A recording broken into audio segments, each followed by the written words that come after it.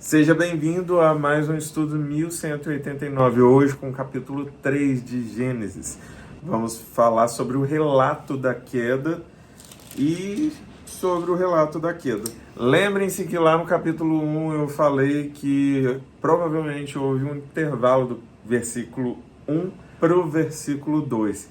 E eu acredito, por tudo que eu já estudei e ouvi, que o intervalo é exatamente o que nós leremos agora no capítulo 3.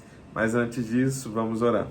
Pai, nós queremos não apenas compreender a Tua palavra, mas colocá-la em prática em nosso dia, na nossa forma de agir, na nossa forma de pensar, na nossa forma de falar. E nós dependemos do Senhor. Nós somos totalmente necessitados do Senhor. Que o Teu Espírito Santo encontre em nós o desejo para colocar em prática essa obediência, para seguir o Seu caminho, para realmente viver uma vida que agrade ao Senhor.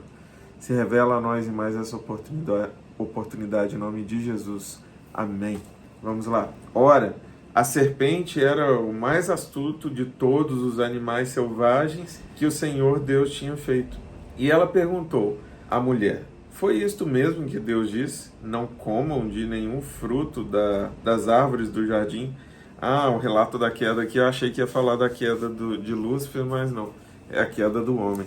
Então, é outra queda. Foi isto mesmo que Deus disse? Não comam de nenhum fruto da árvore do jardim. Respondeu a mulher à serpente: podemos comer do fruto das árvores do jardim. Mas Deus disse: não comam do fruto da árvore que está no meio do jardim, nem toquem nele, do contrário vocês morrerão. Disse a serpente à mulher: certamente não morrerão. Deus sabe que no dia em que dele comerem, seus olhos se abrirão, e vocês, como Deus, serão conhecedores do bem e do mal. Quando a mulher viu que a árvore parecia agradável ao paladar, era atraente aos olhos e, além disso, desejável para dela se obter discernimento, tomou do seu fruto. O que fez Eva cair nessa armadilha? Hoje eu estava estudando um outro livro que fala que o pecado cometido aqui foi o pecado único, a dúvida. A mulher duvidou. O inferno, através da serpente, conseguiu colocar dúvida no coração de Eva. E aí, na dúvida daquilo que Deus já tinha falado, ela começou a se aproximar do erro. E aí, ela não apenas pensa no erro, mas ela dá sequência. Se começar a nascer no seu sentimento, na sua mente, qualquer dúvida, você vai estar a um passo de cometer um erro. Então, não permita. Não permita que a sua mente te leve para um pensamento, um sentimento que você não quer realizar, ou se quer por um motivo de inveja, de ambição, de lascívia, de prostituição. Se for um sentimento que te leva para longe da presença do Senhor, joga esse sentimento na lata do lixo, joga esse pensamento para fora de você.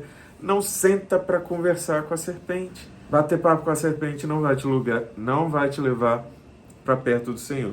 Comeu e o deu a seu marido. Ela não só cometeu o pecado, mas levou o homem a pecar também, infelizmente, que comeu também. Os olhos dos dois se abriram e perceberam que estavam nus. Então juntaram folhas de figueira para cobrir-se. Ouvindo o homem e sua mulher os passos do Senhor Deus, que andava pelo jardim quando soprava a brisa do dia, esconderam-se da presença do Senhor Deus entre as árvores do jardim. Mas o Senhor Deus chamou o homem perguntando: onde está você? Deus andava no jardim. Ele literalmente convivia com o homem, com a sua criação. E que perda. E ele respondeu: ouvi teus passos no jardim e fiquei com medo, porque estava nu, por isso me escondi. Aqui nasce pela primeira vez o medo. O medo só existe depois do pecado. Antes não existe nenhuma menção de medo. Aqui foi criado o medo. O medo de vai dar errado.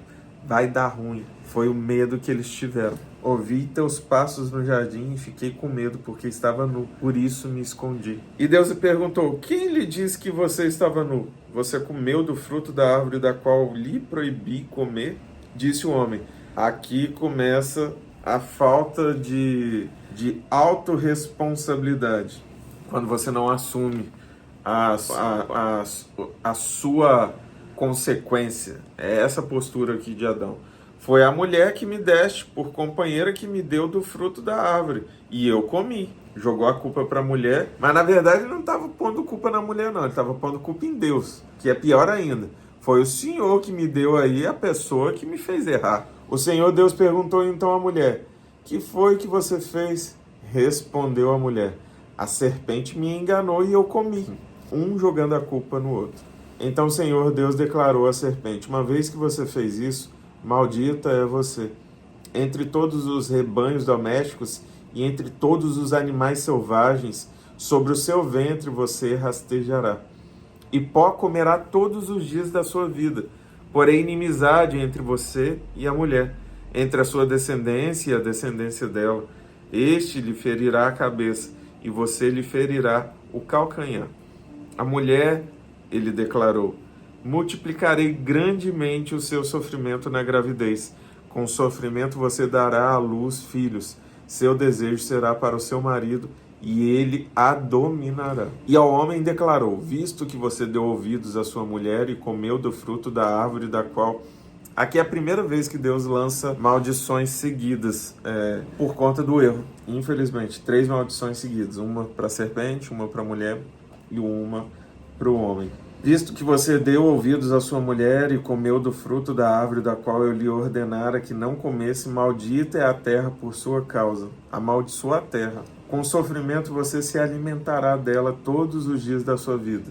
Olha aí o sofrimento para poder plantar e colher. Ela lhe dará espinhos e ervas daninhas, e você terá que alimentar-se das plantas do campo.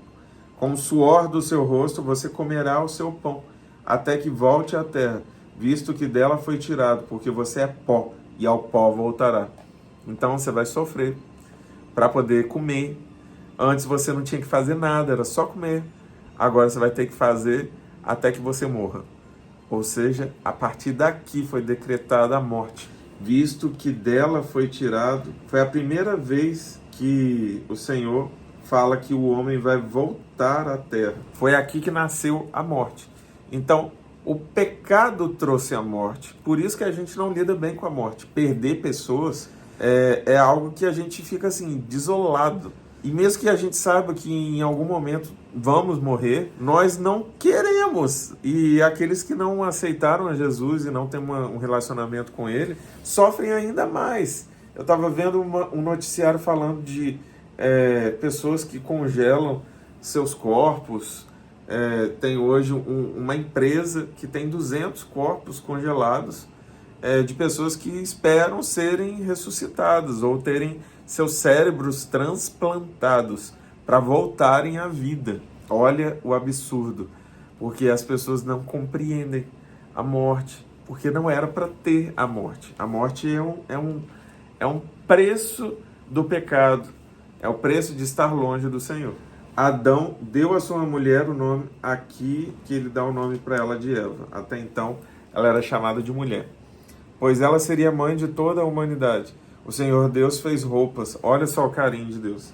O Senhor Deus fez roupas de pele e com elas vestiu Adão e sua mulher. Eu vi uma mensagem, vou replicar aqui. Foi o primeiro sacrifício de Deus. O primeiro sacrifício de provavelmente um cordeiro foi aqui, porque o Senhor Deus fez roupas de pele. E eu ouvi uma mensagem que narrou isso de uma forma muito linda, que o Senhor sacrificou um animal, vamos dizer um animal, né? Porque aqui não relata que é um cordeiro, mas um animal foi sacrificado aqui pela primeira vez para cobrir o homem. E foi o primeiro ato de carinho do Senhor depois da queda, depois do erro, depois daquilo que havia acontecido. O Senhor continuou cuidando do homem.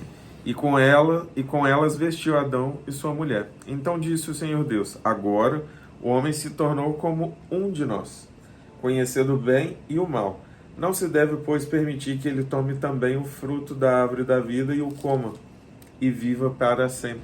Por isso o Senhor Deus o mandou embora do jardim do Éden para cultivar o solo do qual fora tirado. Depois de expulsar o homem, colocou a leste do jardim do Éden querubins e uma espada flamejante que se movia, guardando o caminho para a árvore da vida. Porque se o homem comesse da árvore da vida, ele ia se perpetuar eternamente em pecado. E o Senhor, por querer o bem do homem e de todos nós, ele permitiu que a morte se apoderasse do homem de forma breve, e é por isso que o sacrifício de Jesus nos dá o direito à vida eterna e nos tira o jugo do pecado que traz a morte, entendeu? Esse é o paralelo, essa é a compreensão. A vida, ela só é alcançada por meio do sacrifício de Jesus porque nós fomos penalizados com a morte por conta do pecado. E a única forma de alcançarmos a vida é por meio do Senhor Jesus.